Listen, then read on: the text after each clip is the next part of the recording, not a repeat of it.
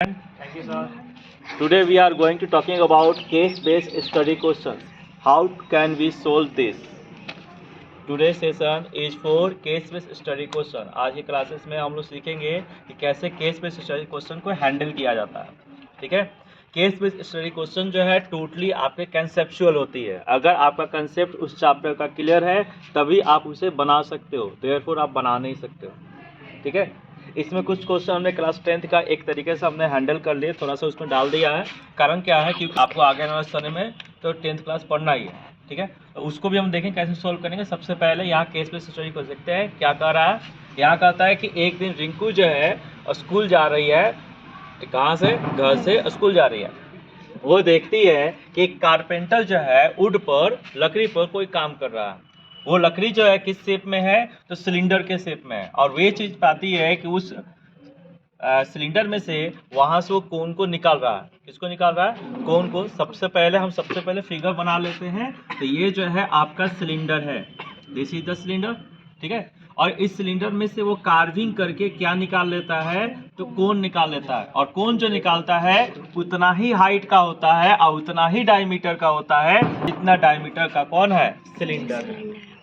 ठीक है. जैसे कि अगर इसका डायमीटर जो है, इस सिलेंडर का डायमीटर 7 सेंटीमीटर है, तो देयरफॉर यहाँ पे जो है आपका जो डायमीटर ऑफ द कोन है वो भी कितना होगा? 7 का होगा. क्लियरफाइड है? बात समझ में आया? ठीक है. लेकिन यहाँ पे आपको जो है रेडियस के बारे में बताया गया और यहाँ पे आपको हाइट बताई गई है. हाइट ऑफ सिलेंडर कितना दिया गया है? 24 का. तो देयरफॉर हाइट ऑफ द कोन भी कितना होगा? 24 सेंटीमीटर ही होगा. और इसकी रेडियस कितने की है? तो यहाँ पर रेडियस जो दिया गया है इस सिलेंडर का वो दिया गया है 7 सेंटीमीटर. क्या दिया गया बच्चों? ध्यान रखना है. This is the radius, not the diameter. But there is the diameter of the cone is equal to diameter of the cylinder. Have you got clear? तब ये चीज जब वो देख रही है तो देखने के बाद उसके माइंड में कुछ क्वेश्चंस आ जाते हैं. सिंपल सी बात है. अगर बच्चा क्यूरिंग होगा तो उसके माइंड में कुछ क्वेश्चन आएगा. क्या क्वेश्चन आता है? जो भी क्वेश्चन रिंकू के माइंड में आती है आप उसको हेल्प करो पता लगाने के लिए कि उसका जवाब क्या होगा. ठीक है. और वो क्वेश्चन आपको यहाँ पर दिए गए. एक बार फिर से समझिएगा. इस क्वेश्चन में केस बेस्ड स्टडी क्वेश्चन में क्या दिया गया?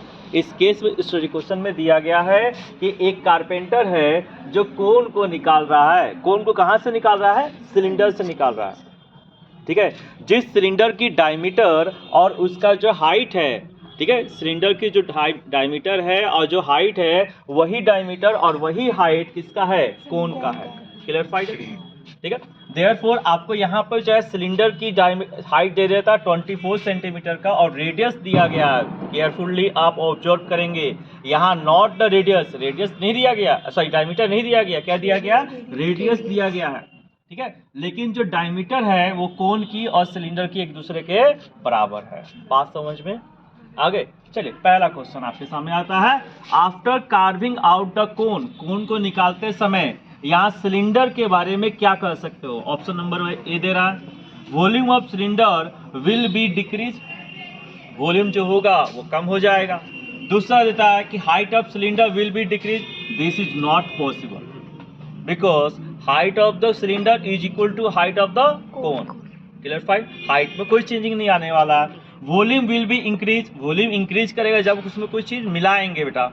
ठीक है. लेकिन यहाँ तो हम निकाल रहे हैं सो डैट इंक्रीजिंग की अगर बात करता है तो देयरफॉर ऑप्शन नंबर सी भी हमारा नहीं हो सकता है. ऑप्शन डी की बात करेंगे. ऑप्शन डी में दिया है नॉन ऑफ दिस. तो हमने देखा परफेक्टली जो है हाई प्रोबेबिलिटी किसकी है? तो ऑप्शन ए की है. तो so that option A is the correct. Why? क्योंकि किसी चीज में से जब चीज आप निकालोगे तो सिंपल सी बात है उसकी वॉल्यूम क्या होगा? डिक्रीज हो जाएगा. जैसे आपके पास 1 kg चीनी है, 1 kg शुगर है. आप उसमें से 200 ग्राम शुगर जो है टेक आउट कर लेते हो. What is the volume of the sugar? Get the decrease और increase? This is get decrease, not the increase. Have you got clear? So that option A is the clear. This is your concept. ठीक है. Next दूसरा question कहता है what is the slant height? If you have studied very carefully surface area and volume of the cone cylinder, then you can easily find the slant height. Slant height is denoted by letter L. Cylinder height किससे दिखाया जाता है? L से दिखाया जाता है। And this L is equal to h square plus r square. आप जानते हो ना ये क्यों होता है? बिकॉज ये जो आपका कोण है, ठीक है, ये तो राइट एंगल होता है। देयरफॉर अगर आप ऑब्जर्व करोगे तो this is the right angle triangle, this is the and this is the slant height, this is the slant height, this is the height and this is the radius, this is right angle triangle. Therefore by the Pythagoras theorem we can say that L square is equal to h square plus r square, so that L is equal to h square plus r square. You have the h, आपके पास h मौजूद है ना जी? कितना? 24 square, 24 हो जाए 24 का square, और r is equal to 7, therefore it becomes the 7 square, and this is the 576 plus 49, and this become the 625, and this is become 25. What is the slant height? 25. Where is this? D. D option is the correct option. ठीक है, बात समझ में आ गया? Next question, what is the CSA of conical cavity? CSA of conical cavity, CSA of cone क्या होता है? पाई r L होता है, पाई आर एल। तो pi is equal to 22/7, r is equal to 7 and l is equal to 25। Proceed, 7 to 7 cross, what you have? 22 I multiply 25, इसको multiply करो, therefore what we get? 550। ठीक है। Now after this question, now question number 3, question number 4 and question number 5 is based on the class 10th question. ठीक है, थोड़ा सा यहाँ ध्यान देने की बात है कि आज जो क्वेश्चन हमने उसको ऐड अप कर रखा है वो क्वेश्चन नंबर 4 और 5 जो क्लास 10 का थोड़ा सा क्वेश्चन कंसेप्ट ले रहा। ठीक है, पहला क्वेश्चन है volume of remaining wood, volume of remaining wood. तो we know that, can I erase, इसे इरेज कर देते ताकि इजिली आपको समझा सके। ठीक है, तो वॉल्यूम ऑफ वुड की बात किया गया है, तो therefore volume will be decrease, we first know that. ठीक है, so that volume of, what is the volume of remaining wood? The volume of remaining wood is equal to pi r square h minus 1/3 pi r square h। Can you write this?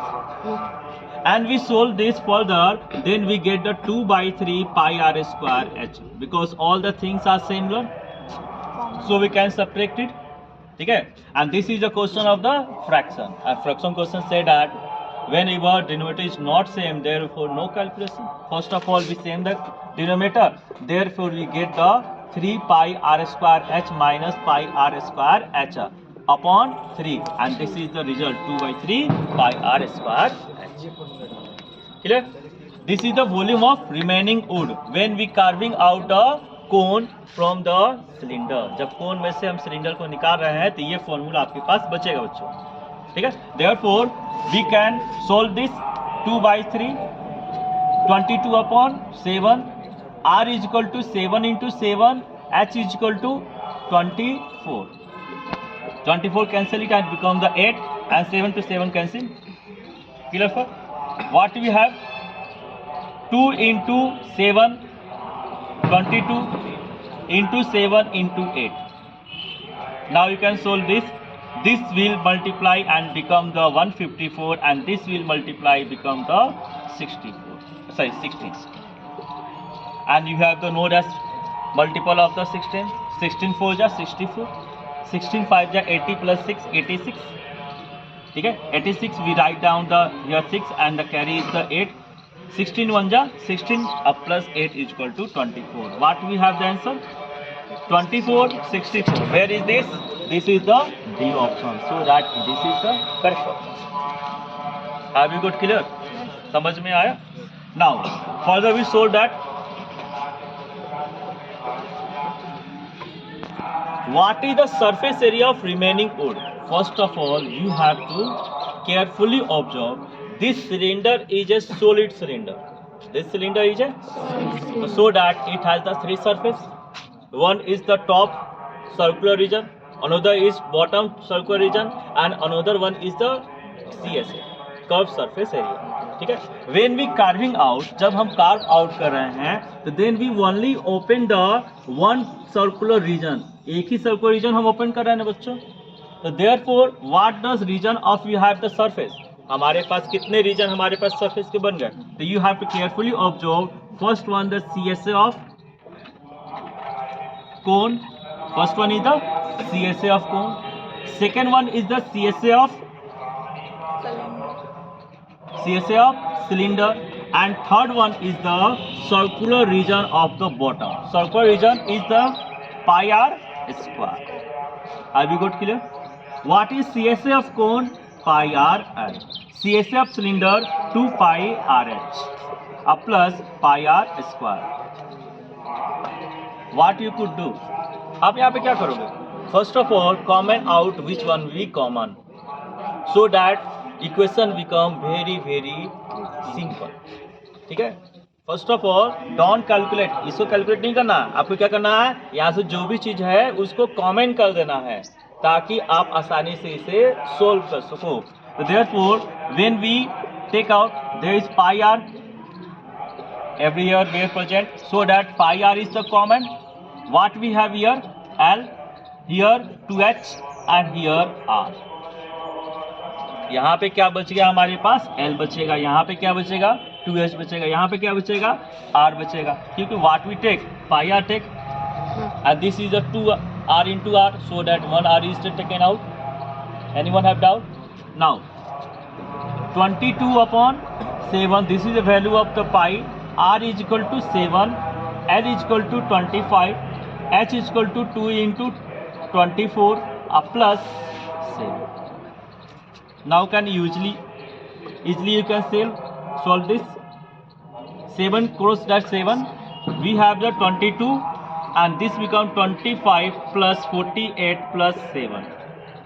48 plus 7 is become 55. 55 plus 25, it becomes the 80. 22 into, and this become,